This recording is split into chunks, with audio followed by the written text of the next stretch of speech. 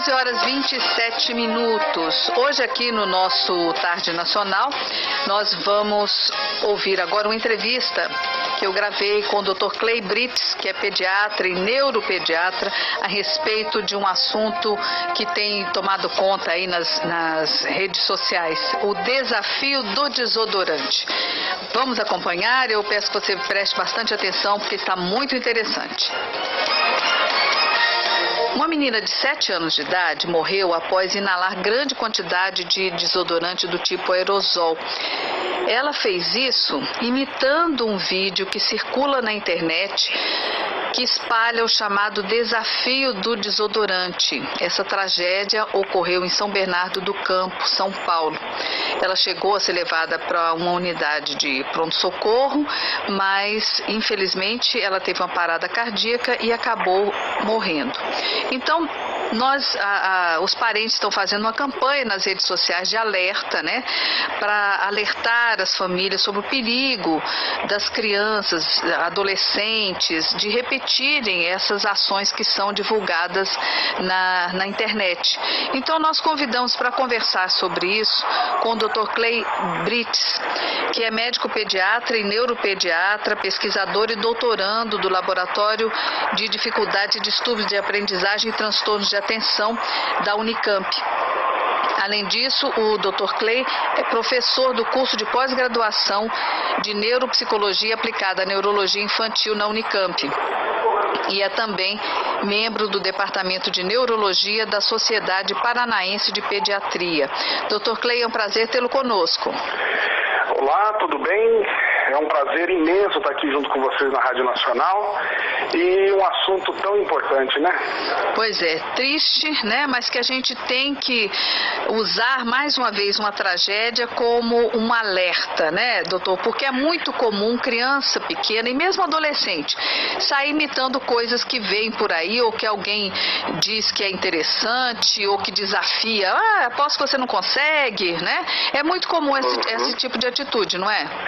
Sim, a criança, ela não tem experiência, ela é imatura, ela não sabe tomar decisões sozinha, ela depende de um adulto, depende de um grupo de adultos para orientá-la nas suas ações. E se ela vê um determinado grupo fazendo determinada coisa de forma tão natural e de forma incentivada, a criança naturalmente ela vai seguir o rumo dos outros. Só que de uma forma a não ter qualquer noção das consequências. Uhum. E ainda se pode dizer que a criança é muito curiosa, né? Sim, isso é o segundo ponto que eu ia colocar. Não só a criança, mas o adolescente também, né? Tanto que a gente vê muitos adolescentes se envolverem com droga. Por quê? Por causa da curiosidade, né? Não só para fazer parte de um grupo, mas a curiosidade. A criança tem uma curiosidade ainda mais intensa e mais aguda, ou seja, a criança vai mais atrás daquilo ainda. E quando não há nenhum adulto fazendo supervisão ou cuidando de saber o que anda fazendo o seu filho, né, esse perigo aumenta mais ainda. Então, uma coisa que a gente pode dizer que é indispensável em quem tem filho, criança ou adolescente é estar atento o tempo inteiro. Ah, sim. Essa é uma recomendação que já vem desde há uns 3 ou 4 anos, uma recomendação já da Academia Americana de Pediatria. A Sociedade Brasileira de Pediatria já vem chamando a atenção disso também, a ideia de que os adultos precisam supervisionar as atividades dos seus filhos na internet. Inclusive, há uma recomendação da Academia Americana de Pediatria que a criança não tenha mais do que 40 minutos diários de contato com a rede, a internet, antes dos 5 anos. A gente pode imaginar que dos 5 aos 10, você não vai deixar muito mais do que isso, né? E vai, ao mesmo tempo, supervisionar o conteúdo que a criança anda tendo contato. Agora é muito comum crianças, mesmo pequenas, terem celular ou pelo menos terem acesso ao celular, né, Sim. Dr. Clay? E com isso elas têm o universo da internet à disposição. E a gente que é pai, que é mãe, que é avó, né, pode reparar, gente, tem coisas que você vai pesquisar com o nome de algum joguinho ou de algum personagem, né, infantil, e quando vê, descamba para pornografia. Cai em sites pornográficos. Esse é muito comum, esse artifício, né, Dr. Clay? Sim, eles têm esse artifício, mas a gente vê que o site de busca do Google, por exemplo, se você escrever lá sexo, aparece vídeos, mais de 700, 800 vídeos de tudo que você possa imaginar. Né? Então, veja, a supervisão, ela se torna algo imperativo. Os pais precisam ficar atentos. Assim como tem aquele irmão mais velho em casa, que às vezes até está vendo já esses conteúdos, né? E acaba expondo os irmãos mais novos aos mesmos conteúdos. Eu tenho tido alguns problemas assim que eu tenho presenciado no consultório em relação a isso.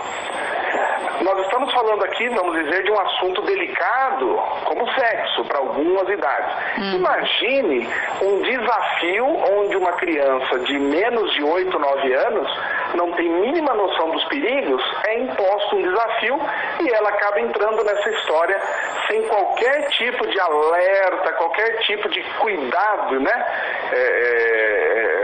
Nenhuma atitude comedida da sua família. A criança vai na onda mesmo do grupo e vai fazer aquilo que está sendo orientado. E esse que a gente está falando aqui hoje é o desafio do desodorante. Mas tem um monte de outros desafios, né, que saem pela internet com imagens ensinando como é que faz, e outros que as crianças aprendem entre si na escola, como um que também já matou muita criança e muito adolescente, de prender a respiração, né, de forçar um desmaio. O desafio da baleia. Isso, o da baleia, e por aí vai, né? A cada vez vão aparecendo coisas novas, né? Quando um fica já muito manjado, vamos dizer assim, eles inventam outra coisa, né? Esses modismos, né, ocorriam na nossa infância também. Lembra? Né? A nossa infância também tinha alguns modismos, mas eram modismos que não levavam a extremismos, porque o sistema, a internet, ela induz o indivíduo a tomar atitudes extremas. Por quê? Porque está passando numa tela. E a gente sabe muito bem que tudo que cai na televisão, cai nas telas de computadores, as pessoas veem de uma forma muito, muito liberal. Como se tudo que caísse ali fosse permitido. É verdade. E a gente vê, por exemplo, que hoje em dia tem os chamados influenciadores digitais, né, Dr. Clay? Sim. Que tem até crianças que são influenciadoras digitais e tem lá os seus blogs, os seus vlogs, né? E publicam tudo. Gente, o que eles publicam ali, o que publica ali, que come, que veste, sai todo mundo que é fã, né, daquela criatura, sai querendo comprar, querendo comer aquilo, querendo assistir, né, querendo fazer o que aquela pessoa faz. Então, os pais podem até achar bonitinho, mas tem que estar colado ali, né, Dr. Clay?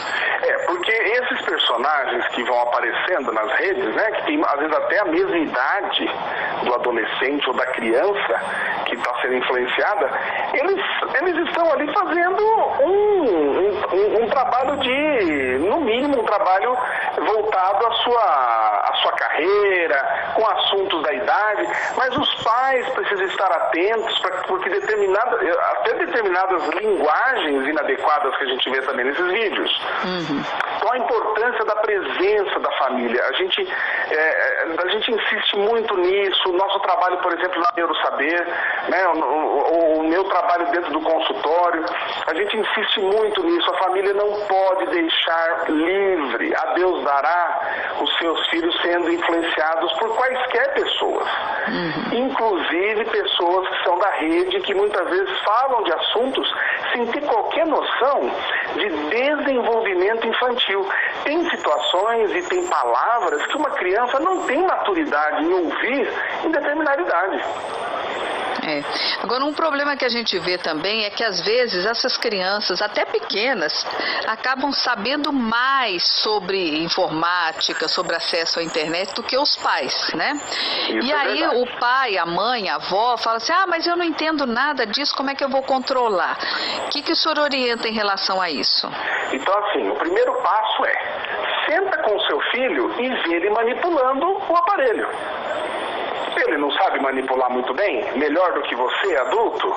Então senta do lado dele, nem que for lá por 20 minutos, meia hora, e vai se familiarizando, como que ele clica, aonde que ele entra, quais são os sites que ele mais busca. Senta do lado. Se ele sabe mais, então ele vai te ensinar. Inclusive, você pode até utilizar esse discurso que a criança tem. Eu sei mais do que meu pai, eu consigo entrar em tal lugar que a minha avó não sabe. A avó e o pai pegam esse discurso e utiliza para si próprio. Fala, opa, beleza, já que você sabe, senta aqui comigo e me ensina. Vamos lá, como é que entra? E assim vai. Você não precisa chamar um técnico. O seu próprio filho, o seu...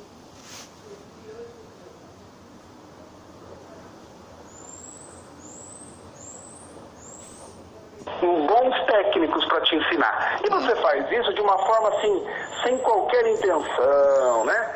Sem qualquer... sem dar para a criança aquela ideia de que você está solicitando essa orientação dela para depois fiscalizá-la. Mas alertando, né, que a fiscalização é importante, é essencial, mas não precisa ser, vamos dizer assim, de cercar demais, né?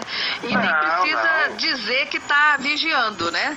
Inclusive a criança, quando você solicita para ela ensinar você alguma coisa que você não sabe, ela fica muito feliz. É uma enorme motivação para uma criança você chegar para ela e falar, olha, me ensina que eu não sei, mostra para mim como é que faz. Né? Pronto, de uma forma divertida, deliberada, sem passar para a criança a impressão de que você quer saber para depois proibir, entre aspas, né?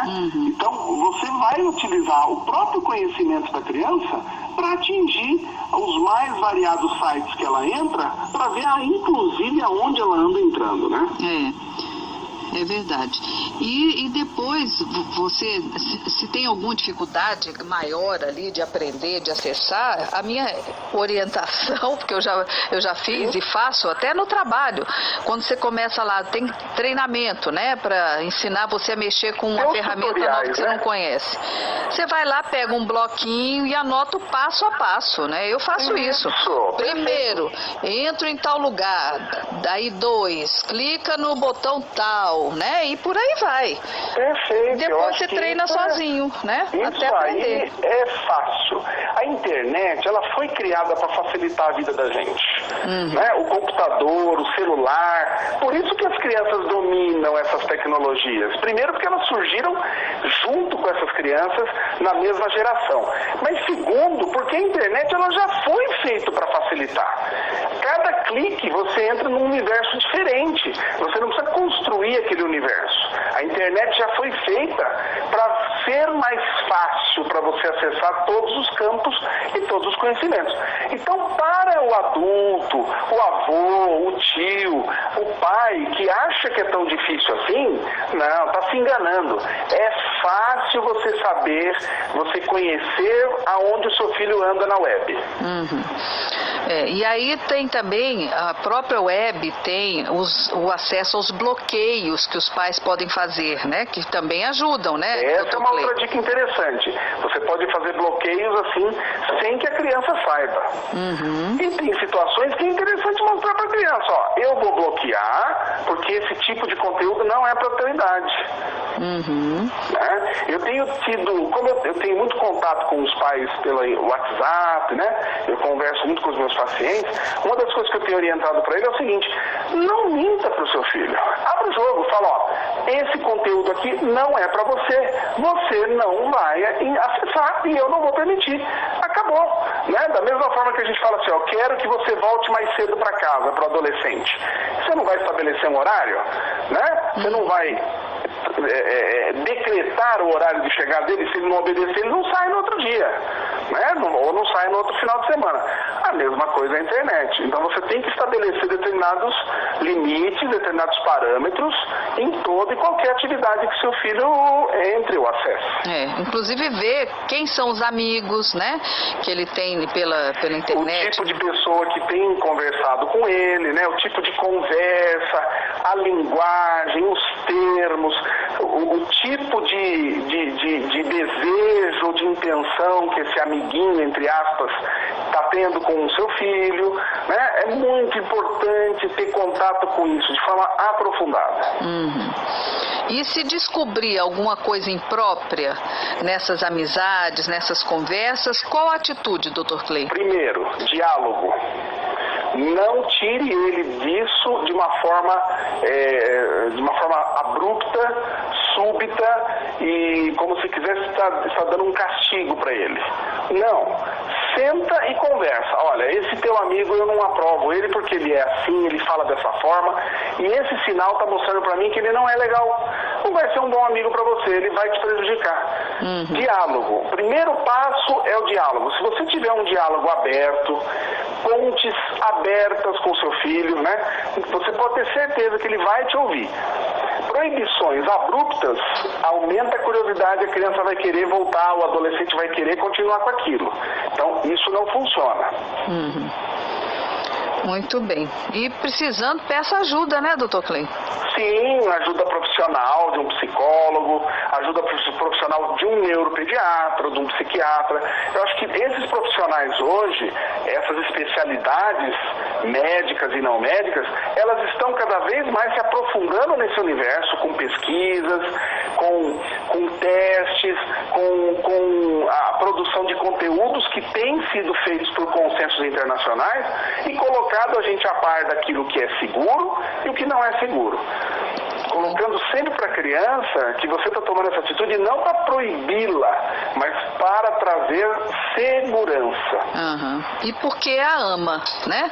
Porque gosta dela, se preocupa com ela. Exatamente, eu falo muito isso no consultório, né? A gente não tira o dedo de um filho da gente da tomada por capricho, a gente tira porque ama a criança e não quer que ela se prejudique. Que hoje em dia os pais parecem estão tendo tanta dificuldade em impor limites, né, Dr. Clay? Sim, nós estamos passando por uma era da liberalidade geral, né? Como se qualquer proibição fosse uma atitude de maldade, né? A gente confunde, principalmente a nossa cultura brasileira, né? A gente confunde muito limite com maldade, limite com ruindade, porque você é um pai ruim, porque você não deixou.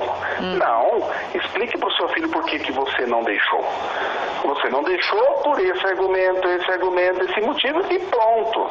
Outra coisa importante, limite tem que ter regularidade e tem que ter coerência. Então, se eu não costumo deixar, eu vou continuar não deixando. Né? Se eu vou dar um determinado castigo, eu tenho que dar um castigo realista, não um castigo idealista. Então, assim, eu não vou tirar o seu videogame a semana inteira, porque eu não vou conseguir cumprir esse castigo. Então, amanhã você não joga videogame. Né? Então, o limite tem que ter realismo, tem que ter pé no chão. Não pode ser um limite idealista, aquele que você não vai conseguir cumprir. E o terceiro ponto importante, coerência, né? Os pais têm que ter coerência. Falou não pro filho, não volta atrás. Vai fundo nesse não e ponto final. Porque se no meio do caminho você voltar para trás, a criança, o adolescente já percebeu que basta ele chorar um pouquinho mais ou basta ele usar palavras para te sensibilizar que você vai voltar atrás. E se você pensava que ser pai e mãe era fácil... Pode crer que a tendência é piorar. Porque na época dos nossos pais, a cultura geral era uma cultura proibitiva, né? Os pais não conversavam muito com os filhos. E filho não discutia nem questionava nada. Acabou. Hoje, os filhos questionam. Então os pais precisam se preparar. Como? Sabendo usar argumentos de forma muito fundamentada, explicar para o filho por que está falando não e manter o não. Fazendo isso, as discussões vão embora. Pode ter certeza disso. Muito bem. Eu vou agradecer, Dr. Clay Brites, que é pediatra e neuropediatra. Muito obrigada, viu, Dr. Clay, e até uma outra oportunidade. Agradeço novamente o convite da Rádio Nacional. Um grande abraço aos ouvintes e sempre que precisar eu estou à disposição. Obrigada, até a próxima. Até a próxima.